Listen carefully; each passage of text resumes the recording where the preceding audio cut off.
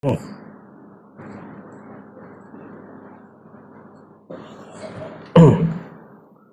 بالله السميع العليم من الشيطان الرجيم. بسم الله الرحمن الرحيم.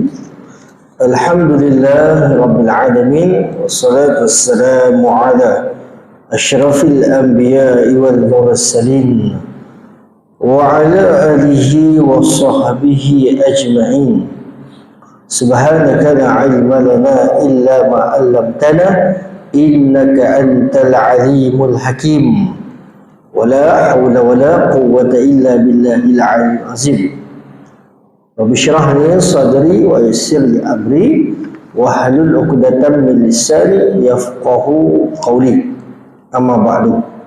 Musi Tuan Kuasa, para imam Bilal, tuan-tuan haji, tuan-tuan hadirin hadirat yang dirahmati Allah Subhanahu wa taala. Alhamdulillah, sekali lagi kita merafakkan kesyukuran kita kehadirat Allah Subhanahu wa taala. Dapatlah malam ni sama-sama kita solat fardu maghrib berjemaah sebelum meneruskan kuliah kita pada malam ini. Jadi insya-Allah pada malam ini kita masih lagi dalam tajuk di dalam bab waqaf. Cerita waqaf ni dia sesuatu perkara yang sangat besar, sesuatu yang sangat besar. Itu sebab kalau nak cerita wakaf ni panjang, sebab dibukukan dan tajuk-tajuk itu ada dan penguraiannya itu begitu detail, begitu terperinci, supaya ianya tidak tersalah dan supaya ianya diterima sebagai wakaf. Wakaf. Sebab sebagaimana yang tuan-tuan perempuan tahu,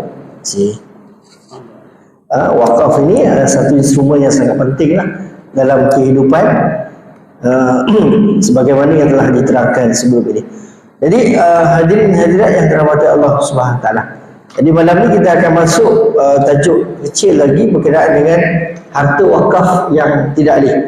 Harta wakaf ni dia banyak perincian dia banyak nama-nama dia. Harta wakaf yang alih, yang tidak alih. Nanti kita akan masuk wakaf musya'. Apa tu wakaf musya' tu, apa dia?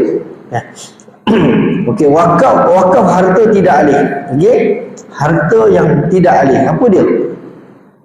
Okey, adalah yang pertama dia akan masuk sah ke tak? Sah harta ataupun wakaf harta tidak alih ni. Okay. Adalah sah mewakafkan harta tidak alih sama ada dalam bentuk mana tidak alih tu, maknanya sah satu. Yang kedua, apa dia? Harta wakaf yang tidak alih. Contoh tanah. Tuan-tuan ada tanah kat kampung. Kat kampung tuan-tuan ada, ataupun tuan-tuan dah kira-kira dah habis nanti kat sini, habis bayar rumah kat sini, contoh ambil masa lah 20 tahun balik rumah atau balik kampung, harta yang ada dekat taman ni nak wakaf, contoh begitu. Jadi tanah, rumah tuan, ataupun premis perniagaan, itu tak boleh alih. Macam mana nak alih? Tak boleh alih. Okey, pergi atau pemata air, itu juga sebahagian daripada harta ataupun harta yang tidak alih.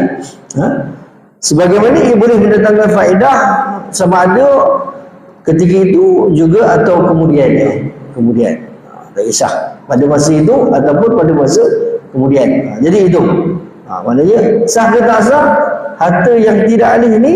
Contoh tuan-tuan ada rumah, ada tanah nak wakaf, maka sahlah hukumnya kat situ. Okay.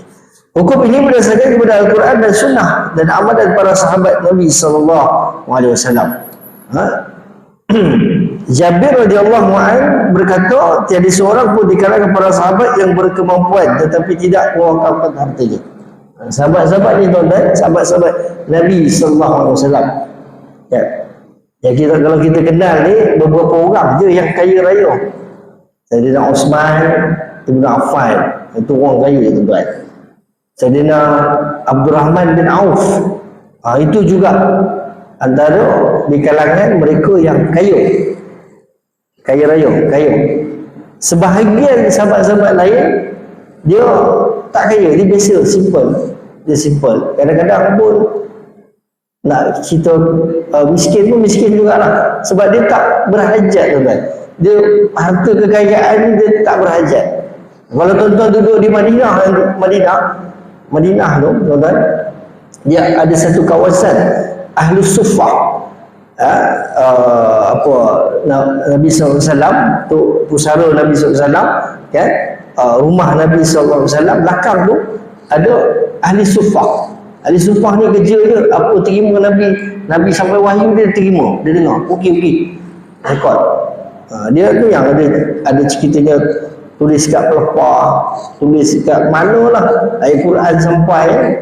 Kerja itu je, dia tak kerja lain, tak kerja Grab Food ke Food Panda ke, tak kerja, dia kerja situ dan mengharapkan sahabat-sahabat lain hulukan makanan, jadi orang tak ni. Tapi tuan-tuan, hebatnya di kalangan walaupun begitu juga, maknanya dia punya keadaan ni tu, sahabat-sahabat ni ramai yang buat wakaf, pelik tak pelik tuan-tuan. Sebab apa? Sebab dia nampak wakaf tu kepentingan untuk kehidupan dia di akhirat tu, dia dah nampak. Tu keimanan tuan-tuan. Tu tak tanya keimanan kita lah. Macam mana? Sebab imam para sahabat ni dia khairul qurun qarni. Nabi beritahu, sebaik-baik kurun adalah kurun aku. Maknanya zaman Nabi SAW tu adalah kurun yang sangat terbaik. Sebab apa? Fastabiqul khairat, berlumba-lumba membuat kebajikan. Kita pun umat yang terbaik juga. Allah sebut, kuntum khaira ummatin ukhrijat linnas ta'muruna bil ma'ruf wa tanhauna 'anil munkar. Kamu ini wahai umat Muhammad adalah umat yang terbaik. Kita ni umat yang terbaik tuan-tuan. Sebab kita buat kerja Nabi apa kerja dia? Rasul kerja apa dia? Ta'muruna bil ma'ruf, suruh orang buat kebaikan. Suruh wakaf. Ini tuan-tuan dengar, tuan-tuan nanti ada sampai kepada orang, ada harta, wakaf ni fi sabilillah kan, untuk akaun kita dekat akhirat ke kelak. Jadi itu tuan-tuan, sahabat ni walaupun susah tetapi ramai yang buat wakaf, menjadi apa, fi sabilillah, hartanya itu banyak diinfakkan di jalan Allah SWT. Begitu juga kata-kata Imam Syafi'i. Imam Syafi'i berkata, aku mendapat tahu bahawa 80 orang sahabat di kalangan Ansar telah bersedekah dengan sedekah muharrimat. Maksudnya mewakafkan hartanya. Sebab zaman Nabi SAW ni dia dah tak kira dah. Nabi bagi tahu kan, nak perang, dia orang. Ni datang rumah ni sahabat ni kan, contohlah kalau kita akhir bulan orang nak datang rumah kita lah, tiba-tiba nak datang rumah kita ramai-ramai, macam-macam lah alasan kita kan. Ni tak ada orang rumah lah kan, balik kampung. Alasannya mungkin dah rumah dah kurang sikit, bekalan makanan dan sebagainya kan. Tapi sahabat-sahabat Nabi ni tuan-tuan, bila Rasulullah cakap datang rumah sebulan, semua datang tuan-tuan. Sahabat ni datang, tak apa datang. Tapi kat rumah ada apa? Tak ada tuan-tuan, tak ada apa-apa. Begitunya tawakal sahabat-sahabat Nabi SAW. Tapi tak pernah satu ketika dan waktu sekalipun datang rumah sahabat yang lain yang kata dia tak ada makanan, tak makan. Semuanya makan. Sebab apa? Sebab barakah, sebab keberkatan. Okey, jadi tuan-tuan, sebagaimana yang diketahui umum, kebanyakan harta yang diwakafkan adalah berbentuk tanah, rumah ataupun perigi. Ini biasalah. Ada yang buat perigi dekat ni kan, dekat Kemboja apa dan sebagainya. Ambil peluang tuan-tuan. Kita ada peluang, kita buat. Kat sini kita tak boleh nak buat perigi tuan-tuan. Di kat sana mungkin ada kaedah dan sebagainya.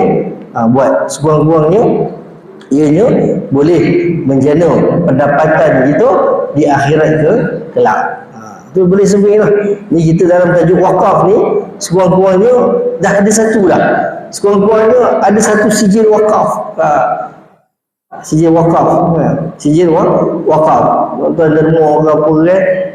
Dapat kan? Ada tak sijil wakaf kan? Kita kreatif sikit lah. Kita bagian pengurusan mungkin kita boleh buat, kita cadang kan? Buat satu sijil wakaf. Wakaf kapet kan? Di situ. Maknanya kita dah ada sijil dari situ. Bukan kita nak bangga-bangga diri kita. Sekurang-kurangnya yang kat rumah tu, maknanya dia tahu kan suami aku ni wakaf rupanya, alhamdulillah ada tabungannya di untuk ke akhirat ke kelak. Sekurang-kurangnya ada tuan-tuan. Okey. Itu yang pertama, harta wakaf tidak alih. Yang kedua, harta wakaf alih. Ni apa pula ni? Harta tadi wakaf tidak alih. Yang ni harta wakaf harta yang alih. Okey, contoh, mewakafkan harta alih seperti haiwan, kenderaan, pakaian, peralatan perang, berus, berjana ataupun buku yang bermanfaat adalah sah, tak ada masalah. Nak sedekahkan buku baik kan, boleh. Nak sedekahkan ataupun nak wakafkan kenderaan, lepas kita bagi contoh wakaf kenderaan untuk jenazah ataupun wakaf kenderaan untuk pengurusan sesuatu tahfiz dan sebagainya, itu juga dibolehkan, dibenarkan, adalah sah berdasarkan sabda Rasulullah SAW. Apa dia? Man ihtabasa farasan fi sabilillah imanan billah wa tasdiqan bi wa'dihi. Ni penting ni tuan-tuan. Penting sangat hadis ni. Apa dia? Man ihtabasa farasan fi sabilillah imanan billah wa tasdiqan bi wa'dihi fa inna shib'ahu wa riyahu wa rawsahu wa baulahu fi mizanihi yaumil qiyamah. Apa dia? Sesiapa yang mewakafkan seekor kuda di jalan Allah Subhanahu wa taala kerana keimanannya kepada Allah Subhanahu wa taala dan percaya dengan janjinya, maka sesungguhnya kekenyangan, kehilangan tahi dan kencing kuda itu akan diletakkan timbangan amal kebajikan pada hari kelak. Allah, binatang tuan-tuan, kalau kita sedekah, kita wakafkan kenderaan tuan-tuan, asap keluar tu, asap keluar tu nanti tuan-tuan, tu sebagai timbangan kita di mizan lah tadi. Hadis Nabi SAW. Kuda tu tuan-tuan, dia punya kekenyangannya, kehilangan dahaga dia, tahi dia dan kencing kuda itu akan menjadi diletakkan di atas timbangan amal kebajikannya di hari kelak. Hadis ini adalah hadis riwayat Bukhari. Bukhari ni tuan-tuan tahulah kan, no excuse, maknanya tak ada, maknanya memang muafiq tuan-tuan, hadis yang paling tinggi. Jadi itu hadis Nabi SAW. Abu Hurairah berkata, adapun Khalid, maka sesungguhnya kamu semua menzalimi Khalid kerana beliau telah mewakafkan baju-baju besi dan alat-alat perangnya di jalan Allah Subhanahu wa taala. Ni hadis ni nak bagi tahu baju perang pun boleh untuk dijadikan sebagai wakaf. Dululah. Hari ni tak adalah baju perang, baju besi itu tak adalah. Buat sakit dia nak bawa kan. Tapi dulu baju besi, alat-alat perang itu boleh diwakafkan ke jalan Allah Subhanahu wa taala. Ini harta wakaf alih. Jadi itulah, setiap nak cerita kat sini, setiap juzuk yang kita wakafkan itu dikira, ditimbang sebagai timbangan amal kebajikan pada hari kelak. Okey, harta wakaf tidak alih, harta wakaf alih, harta wakaf musyak'. Wakaf musyak' ni apa? Okey, musyak' ialah harta yang menjadi milik bersama dengan orang lain tanpa dapat dipisahkan antara satu dengan yang lain. Ada dua nama lah. Dalam rumah tu contoh ada dua nama, dalam apa tanah tu ada dua nama. Jadi bagaimana hukumnya? Kita nak nak orang kata kita nak wakafkan tu, bagaimana pembahagiannya? Okey. Dan adakah ini dibolehkan? Harta musyrak boleh diwakafkan, sama ada ia berbentuk harta alih ataupun tidak alih. Sama ada seorang saja yang mewakafkan bahagiannya atau sekumpulan yang mewakafkan bahagiannya, mereka ianya sama dan diharuskan oleh syarak. Maknanya dibolehkan, dibolehkan untuk dipergunakan harta tersebut, harta alih ataupun harta tidak alih itu dengan mewakafkan bahagian dia sahaja. Okey. Bagaimana hadis Nabi SAW? Contoh, ada satu hadis Nabi yang membuat penegasan terhadap wakaf musyrak ini berdasarkan hadis daripada Ibnu Umar radhiyallahu anhu. Qala Umar radhiyallahu anhu li Nabi sallallahu alaihi wasallam, innal mi'ata sahmi allati li bi Khaybar lam usib ma lam qattun a'jaba ilayya minha qad aradtu an atasaddaqa biha. Faqala an-nabi sallallahu alaihi wasallam, ihbis aslaha wasabbil samarataha. Apa maksud dia? Umar radhiyallahu an berkata kepada Nabi sallallahu alaihi wasallam, sesungguhnya 100 bahagian yang menjadi hak saya di Khaybar. Di kebun lah tuan-tuan, kebun. Merupakan harta yang paling saya suka. Dan saya mahu mensedekahkannya. Lalu Nabi sallallahu alaihi wasallam sabda, wakafkanlah tanahnya dan sedekahkanlah buah-buahan tersebut. Maknanya banyak harta kat situ, tetapi sebahagiannya itu Sayyidina Umar ini mensedekahkan atau mewakafkan harta sebahagian itu untuk ke jalan Allah Subhanahu wa taala. Anas berkata, Anas radhiyallahu anhu berkata, Nabi sallallahu alaihi wasallam telah memerintahkan agar dibina masjid. Baginda bersabda, wahai Bani Najjar, tawar-menawarlah denganku pada harga kebun kamu ini. Mereka menjawab, demi Allah, kami tidak akan menuntut bayarannya melainkan daripada Allah Subhanahu wa taala. Jadi sebahagian daripada harta itu kan, sebahagiannya orang lain punya, sebahagian tu adalah orang lain punya, maka sebahagian tu boleh diwakafkan, diwakafkan ke jalan Allah Subhanahu wa taala. Contoh dalam hadis ini untuk membuat masjid. Al-Hadid Asy-Syarbini rahimahullah menyebutkan dalam kitabnya Mughni Muhtaj ila Ma'rifati Ma'ani Al-Faz Al-Minhaj, karangan Imam Nawawi rahimahullah. Semua ulama Islam pada sepanjang zaman telah bersepakat bahawa harus mewakafkan tikar dan lampu untuk masjid tanpa ada sesiapa pun membangkangnya. Maknanya ulama sepanjang zaman daripada dulu sampai sekarang dia tak pernah menafikan ataupun tidak pernah membangkang untuk kita mewakafkan. Contoh tadi, mewakafkan tikar, mewakafkan lampu untuk masjid, ini aircon, kipas, itu semua tidak ada bangkangan. Dan setiap juzuk yang kita telah wakafkan ini, setiapnya itu adanya nilainya di sisi Allah Subhanahu wa taala. Okey, tuan-tuan, habis berkaitan dengan wakaf. Di bawah tajuk kita syarat-syarat harta yang diwakafkan. Kita masuk yang ketiga, iaitu berkaitan dengan syarat-syarat penerima wakaf. Jadi kita nak wakaf, kita honor nak wakaf kan, harta pun dah ada, alhamdulillah. Penerima pula macam mana pesen dia ni untuk dia terima, untuk dia mewakafkan, syarat dia apa dia? Jadi tak boleh sembrono, dia ada syarat-syaratnya di situ. Okey, penerima wakaf boleh dibagikan kepada dua kategori. Okay? Dalam kitab fiqh ini, dua kategori penerima wakaf. Yang pertama adalah penerima khusus, sama ada seorang ataupun lebih. Penerima itu seorang ataupun lebih, tak ada masalah. Untuk satu kampung wakaf, okey, satu taman ramai kan guna. Alhamdulillah, boleh.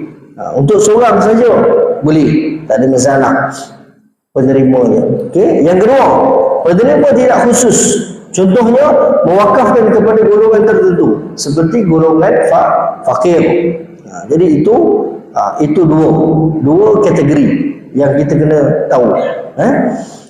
Kedua kategori ini mempunyai syarat yang tersendiri. Yang pertama, syarat penerima khusus. Yang tadi tu, yang pertama. Apa dia? Syarat-syarat dia. Sekiranya penerima wakaf ini dikhususkan sama ada seorang ataupun lebih, ia perlu menurut syarat-syarat berikut. Nak bagi pada seseorang, nak bagi pada orang ramai yang keseluruhannya, maknanya ramai yang boleh digunakan lebih daripada seorang. Apa dia? Yang paling penting adalah dia berkeupayaan. Upaya memiliki harta ini kerana wakaf tersebut dilafazkan. Dia mampu lah. Dia mampu untuk contoh. Okay, contoh. Dia wakaf.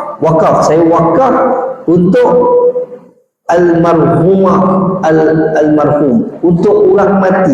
Boleh tak? Tak boleh. Wakaf untuk dia. Jadi macam mana dia nak kedekat dia ataupun keupayaan dia untuk memiliki harta tersebut? Tak boleh. Maknanya tak sah. Jadi dia kena. Maksudnya dia hidup ketika itu, oleh itu tidak sah mewakafkan harta kepada anaknya sedangkan dia tidak pun mempunyai anak. Saya nak buatlah kan wakaf kepada anak saya. Anak mana? Ada itu maklum dia tak ada anak. Jadi tak wujud pun, maka tak dibolehkan. Maknanya benda yang tak wujud tak boleh. Satu, orang mati, wakaf kepada orang mati, tak boleh. Okey, harta tu lah, bukan maknanya kita nak buat wakaf. Harta tu, kita ada van, contoh kita ada rumah, saya nak wakafkan harta tersebut kepada si fulan almarhum, si fulan bin si fulan, orang pun dah meninggal. Jadi dia tak ada upaya untuk memiliki harta tersebut, maka tidak sah. Contoh yang keliru pula, contoh nak buat wakaf untuk orang meninggal tu tak ada masalah. Ni nak wakafkan harta tersebut kepada penerima tu, orang yang mati ataupun anak tapi tak ada anak. Dia nak wakafkan kepada anak dia tapi dia pun tak kahwin lagi. Macam mana? Tak kahwin lagi. Tak kahwin, bukan tak kahwin lagi, tak kahwin pun. Contoh. Kemudian begitu juga sekiranya dia mewakafkan harta tersebut untuk anak-anak si fulan yang fakir sedangkan anak-anak si fulan tersebut tak pun fakir. Jumpa anak si fulan, saya nak wakafkan harta tersebut kepada si fulan. Tengok background dia, orang kaya tu kan. Orang kan kaya. Maknanya nak sedekahkan kepada orang fakir. Orang fakir, dia ada nanti wakaf kepada orang kaya. Boleh ke tak boleh? Itu lain cerita. Ni saya nak wakafkan kepada fakir miskin. Tengok bila kita nak bagi pada fakir miskin tu, dia tak fakir pun, tak miskin pun. Dia orang kaya. Ada anak orang kaya. Maka tidak sah wakaf sebegini. Wakaf juga tidak sah kepada janin. Kepada janin tidak sah. Orang yang telah mati, haiwan, kediaman, bagi pada haiwan. Tuan-tuan ada kucing comel, kan, sayang. Dia kalau kat negara barat ni ada tuan-tuan, dia sayang kepada anjing dia. Kalau tuan-tuan tengok dekat Amerika tu, dia sedekahkan harta dia bila dia mati. Harta tu itu disedekahkan kepada haiwan dia kat Amerika. Ada tak? Ada. Orang kafir lah. Tapi dalam wakaf ini tuan-tuan tidak sah. Contoh isteri kita tengah mengandung, kan, janin, baru 2 bulan. Saya nak wakafkan harta ini untuk janin yang ada di dalam perut ini, maka tidak sah. Tak boleh. Belum lagi zahir, belum lagi ni. Kalau dia dah lahir, itu lain cerita. Kalau dalam perut kita nak wakafkan pada, tak boleh, pada bayi tersebut ataupun janin tersebut, maka tidak boleh. Orang mati, haiwan, kediaman sebagaimana yang dianggap tidak berupaya memiliki harta wakaf tersebut. Saya nak wakafkan kebun saya kepada rumah yang saya sayang dekat Sierra Perdana. Jadi rumah nak bagi pada rumah tu macam mana dia nak menguruskan? Tak boleh. Jadi benda-benda yang tak masuk akal, maka tidak sah dikira di situ. Berdasarkan kepada asas ini juga tidak sah mewakafkan Mashaf Al-Quran atau buku-buku Islam kepada orang yang bukan Islam, kerana mereka tidak harus memilikinya. Kita buat Quran banyak-banyak kan, wakaf bagi pada orang Israel kan, tak boleh juga, tak boleh. Bagi pada ni, bagi pada kuil kan, ada Quran ni. Dengan niat apa? Dengan niat datang dapatlah hidayah pada dia kan. Dia pun tak belajar Quran, tak join pun kita punya program hari Rabu apa Quran kan. Tak sah, tak dikira sah untuk kita sedekahkan. Tapi kalau bagi pada surau, masjid, it's okay, tak ada masalah. Tapi kalau bagi pada orang bukan Islam, maka itu tidak sah. Tidak sah. Tidak sah ni maksudnya batal lah. Tak ada apa-apa, kosong, nanti. Tonton beli Al-Quran banyak-banyak, 100 Quran, bagi pada kuih, nanti. Tak ada apa-apa. Tak ada apa wakaf kat situ. Okey. Tidak sah juga pewakaf hartanya untuk dirinya sendiri kerana ia perbuatan sia-sia kan. Saya ada rumah, saya nak wakaf untuk diri saya, tak boleh lah. Tak sah. Tidak sah. Saya ada kereta, saya nak wakafkan untuk diri saya kan. Sebab dia belajar, tiba-tiba sakit perut, pergi toilet, tak habis dengar kan. Wakaf ni baik, sekurang-kurangnya ada satu wakaf dah, wakaf untuk diri sendiri, tak habis lagi ngaji kan. Boleh tak? Tak sah. Nanti kosong. Tak ada ganjaran apa. Seolah-olah dia melakukan sesuatu yang telah sedia berlaku, dan kerana hal tersebut sememangnya memiliki harta tersebut sememangnya miliknya, dan tidak ada apa-apa yang berlaku kerana perbuatannya itu. Jadi itu kita kena faham berkaitan dengan syarat-syarat penerima khusus ini. Kemudian tuan-tuan, okey, wakaf kepada orang kafir, apa maksud dia? Orang kafir ni apa maksud dia? Okey, ulama-ulama mazhab Syafi'i. Okey, apa dia? Dia cerita sini. Ulama mazhab Syafi'i berpendapat bahawa harus mewakafkan harta kepada orang kafir sekiranya orang kafir itu adalah kafir zimmi yang tertentu. Kafir dia ada dua tuan-tuan. Kafir dia ada kafir harbi, maknanya kafir yang diperangi. Kafir harbi ni tuan-tuan, kalau kita nak memperkenalkan Islam, dia habis. No Islam. No Islam in here. Tapi kafir zimmi ini adalah kafir yang di dalam sesuatu negara Islam. Contohlah dalam Malaysia, kafir zimmi taat kepada pemerintah. Maksudnya pemerintah kita adalah Islam. Jadi itu adalah kafir zimmi. Jadi mewakafkan harta. Tentu ada harta kan, bagi ada sikit wakaf pada, mungkin dia punya rumah dia ataupun dia tak ada kereta. Macam tuan-tuan tengoklah Ustaz Abiliu kan. Dia ada ni, dia wakafkan, dia bagi motor pada non muslim. Boleh tak boleh? Maka diharuskan untuk mewakafkan harta kepada orang kafir zimmi yang taat kepada pemerintah Islam. Selagi mana pewakaf tidak berniat jihad. Ini kerana memberi sedekah kepada orang kafir adalah harus, begitu juga dengan wakaf. Tuan-tuan, kalau nampak orang kafir minta sedekah, bagi pun dapat pahala. Ini di kalangan ulama-ulama mazhab Syafi'i. Begitu juga dengan wakaf.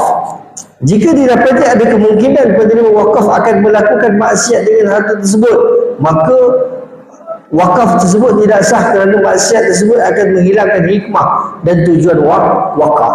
Tuan-tuan tahu lah, kalau tuan-tuan sedekah kepada si Acong ni, contohlah kita wakaf motor pada dia, habis dia bawa pergi judi, dia bawa pergi disko ke. Jadi kita dah tahu kan. Tapi kalau dia susah cari. Lepas tu pula tu ada pula bayi hijau Grab kan. Grab ni dia macam-macam tu kan. Dia ada Grab yang jalan kaki kan. Minggu lepas siapa nama Ustaz video dia sedekarkan, dia wakafkan motor untuk rupanya Grab tu yang pakai bayi hijau tu lah, dia Grab jalan kaki, lepas tu bawa anak. Ada boleh tuan-tuan. Kalau dekat bandar-bandar tuan-tuan tengok Grab dekat area South Key tu, dia pakai basikal motor. Dia tak pakai motor, dia pakai basikal motor. Charger sama. Jadi itu wakaf. Jadi tahu orang kafir ini dia buat cari rezeki macam itu. Dia takkan melakukan maksiat. Luar bidang kita tak tahulah. Tapi dengan harta tersebut kita tahu dia cari rezeki untuk ahli keluarganya, maka itu dibolehkan. Kalau kita tahu dia ni memang dapat harta ini tujuannya adalah untuk dia melakukan maksiat, maka itu kalau boleh dielakkan. Maka harta wakaf tersebut tidak sah kerana maksiat tersebut akan menghilangkan hikmah dan tujuan wakaf. Ini seperti mewakafkan harta kepada rahib yang berkhidmat di gereja. Contohlah tuan-tuan, bagi kita satu kan, rupanya dia ni jadi rahib dekat gereja kan, rahib dekat gereja. Maka itu menghilangkan dia punya hikmah dan tujuan wakaf tersebut. Ada pun orang kafir muahid. Ada kafir muahid, kafir harbi, kafir zimmi, kafir muahid, kafir musta'min. Itu dia pun. Kafir muahid ini yang membuat perjanjian damai dengan orang Islam. Dan orang kafir musta'min yang minta perlindungan dengan kerajaan Islam. Ini ada term-term tuan-tuan. Tuan-tuan tahu. Maka mereka ini dibenarkan menerima wakaf sebagaimana kafir zimmi. Orang kafir zimmi tuan-tuan, dulu tuan-tuan, negara-negara Islam ni dia negara ni okey, dia ada satu khalifah, ada sistem khalifah dulu kan. Bila 1500 tu datang penjajah tu, maka dipecah-pecahkan negara-negara. Negara-negara Islam ni tuan-tuan dipecah-pecahkan. Dulu Syam kan, ada Syria, Lebanon dan sebagainya, sekarang dah ada. Kalau Saudi tu tuan-tuan, di bawah satu takluk tuan-tuan, bawah satu takluk. Sekarang dipecah-pecahkan. Ada Dubai nya, macam-macam lah negara dipecah-pecah. Dulu tak satu. Jadi pemerintah masa itu adalah orang Islam. Jadi dalam negara Islam adanya kafir, tapi kafir zimmi. Kafir-kafir yang lain luar daripada negara Islam ini yang ada di kalangan mereka yang dikenali sebagai kafir muahid, yang buat perjanjian damai.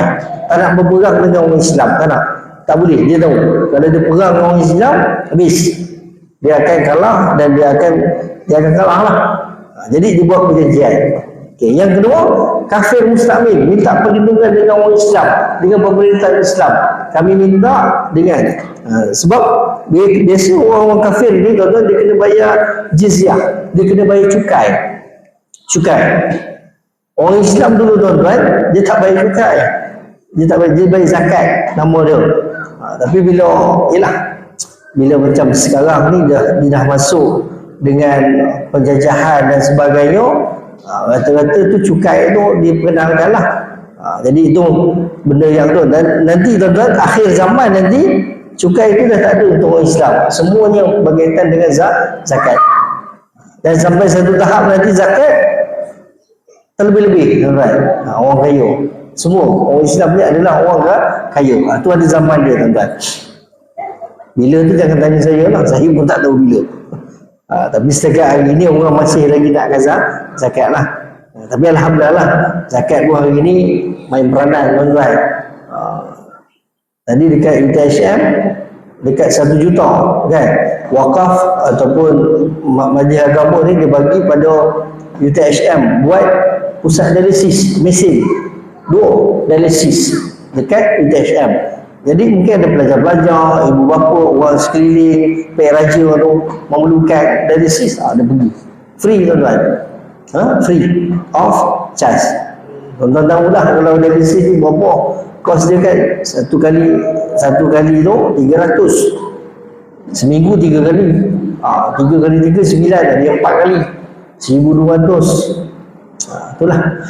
Jadi itulah wakaf yang kita ataupun zakat yang kita buat ini bagi. Kemudian tuan-tuan, jadi boleh tak kita bagi ni, kita wakafkan kepada mereka kafir muahid dan kafir mustakmin ini, maka dibolehkan untuk kita berwakaf untuk mereka tersebut. Keharusan bagi orang kafir harbi ataupun yang murtad. Dia ada dua, kafir, murtad. Murtad orang dah keluar Islam, murtad keluar daripada Islam. Okey. Adalah tidak sah mewakafkan harta kepada mereka. Ini kerana selagi mana mereka berkeadaan sedemikian, mereka tidak akan kekal dan kekufuran mereka tidak boleh diakui. Tak dibolehkan. Tak dibolehkan untuk kita wakaf kepada kafir harbi dan orang yang murtad, maka tidak dibolehkan. Wakaf merupakan sedekah jariah. Wakaf merupakan sedekah jariah. Oleh itu, apabila mewakafkan harta tidak bersifat kekal, dianggap tidak sah. Begitu juga tidak sah mewakafkan harta kepada orang yang tidak akan kekal. Jadi keimanan itu tak kekal. Dia tak beriman pun dengan Allah SWT, maka tidak dibolehkan. Syarak telah memerintahkan agar mereka ini diperangi dan dibunuh. Rasulullah SAW bersabda, umirtu an uqatil nas hatta yashhadu an la ilaha illallah wa anna muhammadar rasulullah wa yuqimus salah wa yu'tuz zakah fa iza fa'alu zalik wa asamu minni dima'ahum illa bihaqqi Islam wa hisabuhum 'ala Allah. Aku perintahkan agar memerangi semua manusia sehinggalah mereka bersaksi bahawa tiada Tuhan melainkan Allah SWT dan Nabi Muhammad adalah utusan Allah, mendirikan solat dan membayar zakat. Apabila mereka telah melakukan perkara itu, mereka telah memelihara darah mereka daripada melainkan dengan hak Islam, dan perhitungan mereka terserah kepada Allah SWT. Jadi tujuan Islam dikembangkan dan Rasulullah SAW memerintahkan agar mereka yang memerangi Islam ini dibunuh dan diperangi. Tapi janganlah tuan-tuan tiba-tiba nampak si Acong tiba-tiba dia tolak Islam apa dan sebagainya. Itu tak, tiba-tiba tuan-tuan bunuh. Bolehlah tuan-tuan, kita kena serahkan kepada pihak berkuasa, pihak berkuasa untuk dia melaksanakan hukuman.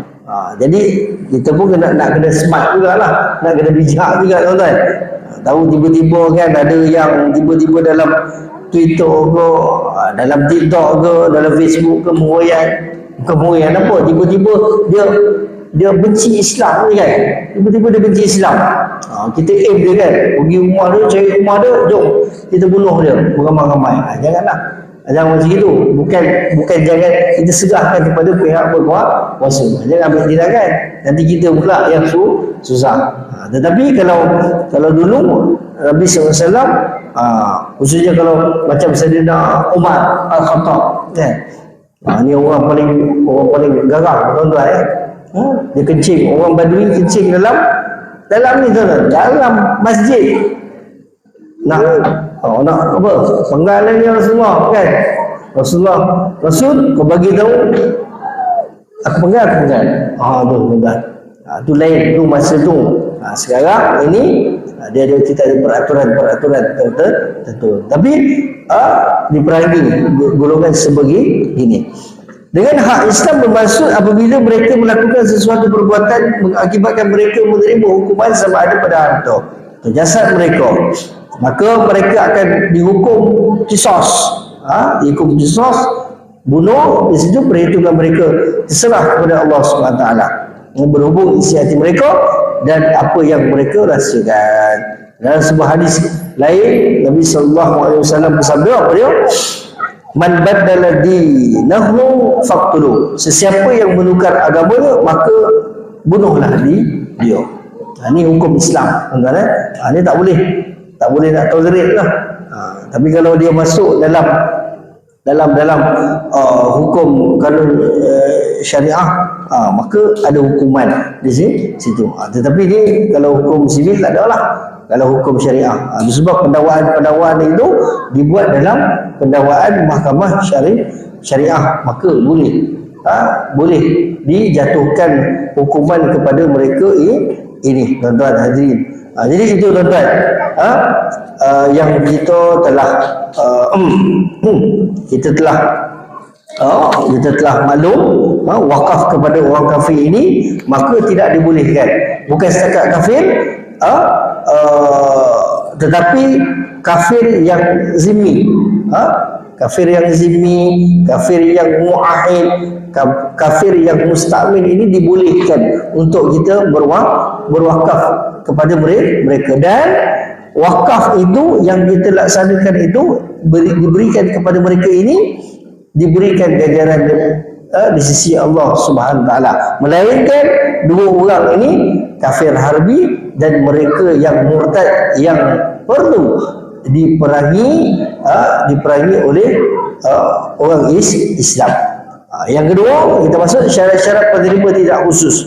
Penerima yang tidak khusus seperti golongan fakir, masjid, sekolah atau sebagainya hanya perlu memenuhi syarat-syarat supaya wakaf tersebut dianggap sah.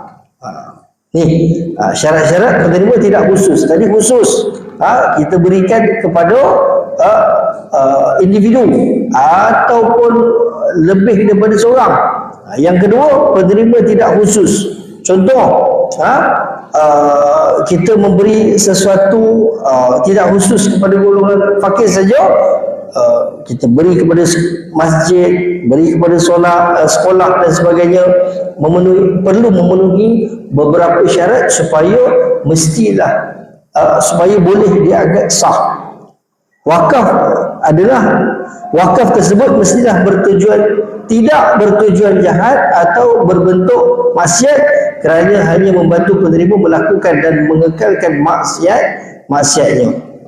Jadi ini kena faham.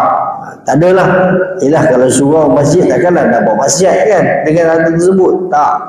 Taklah. Mungkin golongan fakir pun kita tak tahu, tapi yang paling penting adalah harta ataupun wakaf itu mestilah tidak bertujuan untuk membuat maksiat. Dan wakaf disyariatkan untuk mendekatkan diri kepada Allah Subhanahu Wa Taala. Dan jadi wakaf dan maksiat adalah dua perkara berbeza. Wakaf adalah perkara baik, maksiat adalah perkara yang tidak elok. Maka dua perkara ini tidak boleh disatukan dalam satu bab ataupun satu perkara kebaikan, maka itu tidak dibolehkan. Sikit lagi, berdasarkan kepada syarat ini adalah tidak sah mewakafkan harta kepada rumah-rumah ibadat orang kafir seperti gereja ataupun kuil. Tuan-tuan ada rumah, saya nak wakafkan untuk membuat kuil ataupun gereja, maka tidak sah hukumnya.